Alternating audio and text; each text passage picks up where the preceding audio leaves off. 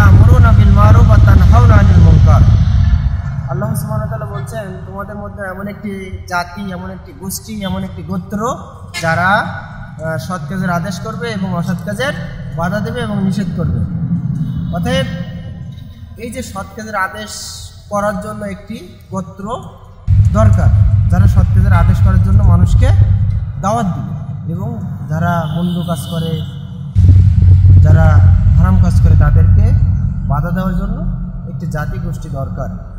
তারই প্রেক্ষাপটে নির্বিচার তাওহীদের ঝান্ডা বইয়ে দেশের একক যুব সংগঠন বাংলাদেশ আহলে যুব সংঘ যুবকদের মধ্যে কাজ করে যাচ্ছেন যে মানুষকে সৎ কাজে এবং মানুষকে ভালো কাজের প্রতি আহ্বান এবং পবিত্র কোরআন ও সহিহ হাদিস অনুযায়ী জীবন গড়ার জন্য মানুষকে দাওয়াত দিয়ে যাচ্ছেন।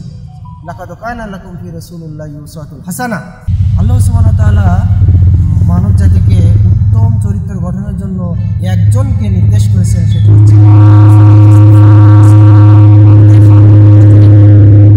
রাসূল সাল্লাল্লাহু আলাইহি সাল্লামের আদর্শকে বাস্তবায়ন করার জন্য আপনার আমার প্রতিটি মুমিনের একান্ত ঈমানি দায়িত্ব।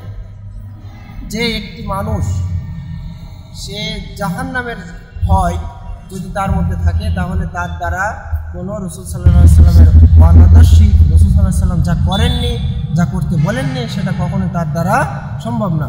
অতএব আপনি আমি চাই জান্নাতে, সুকুমায় জান্নাতে যেতে চাই। জান্নাতে আপনার আমার জান্নাতের চিরস্থায়ী আবাসস্থল।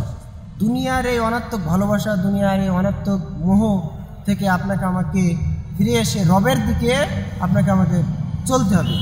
অর্থাৎ সেই জান্নাত আপনার আমার জন্য একান্ত কাম্য। আলেরা শিখ গোষ্ঠীর জাগরণের মধ্যে আছে, জান্নাত আমার কাম্য, শুধু জান্নাত আমার কাম্য। অতএব আপনার আমার জীবনে প্রতিটি ক্ষেত্রে আপনার আমার জন্য জান্নাত একমাত্রই কাম্য হওয়া দরকার। আসসালামু আলাইকুম ওয়া রাহমাতুল্লাহ।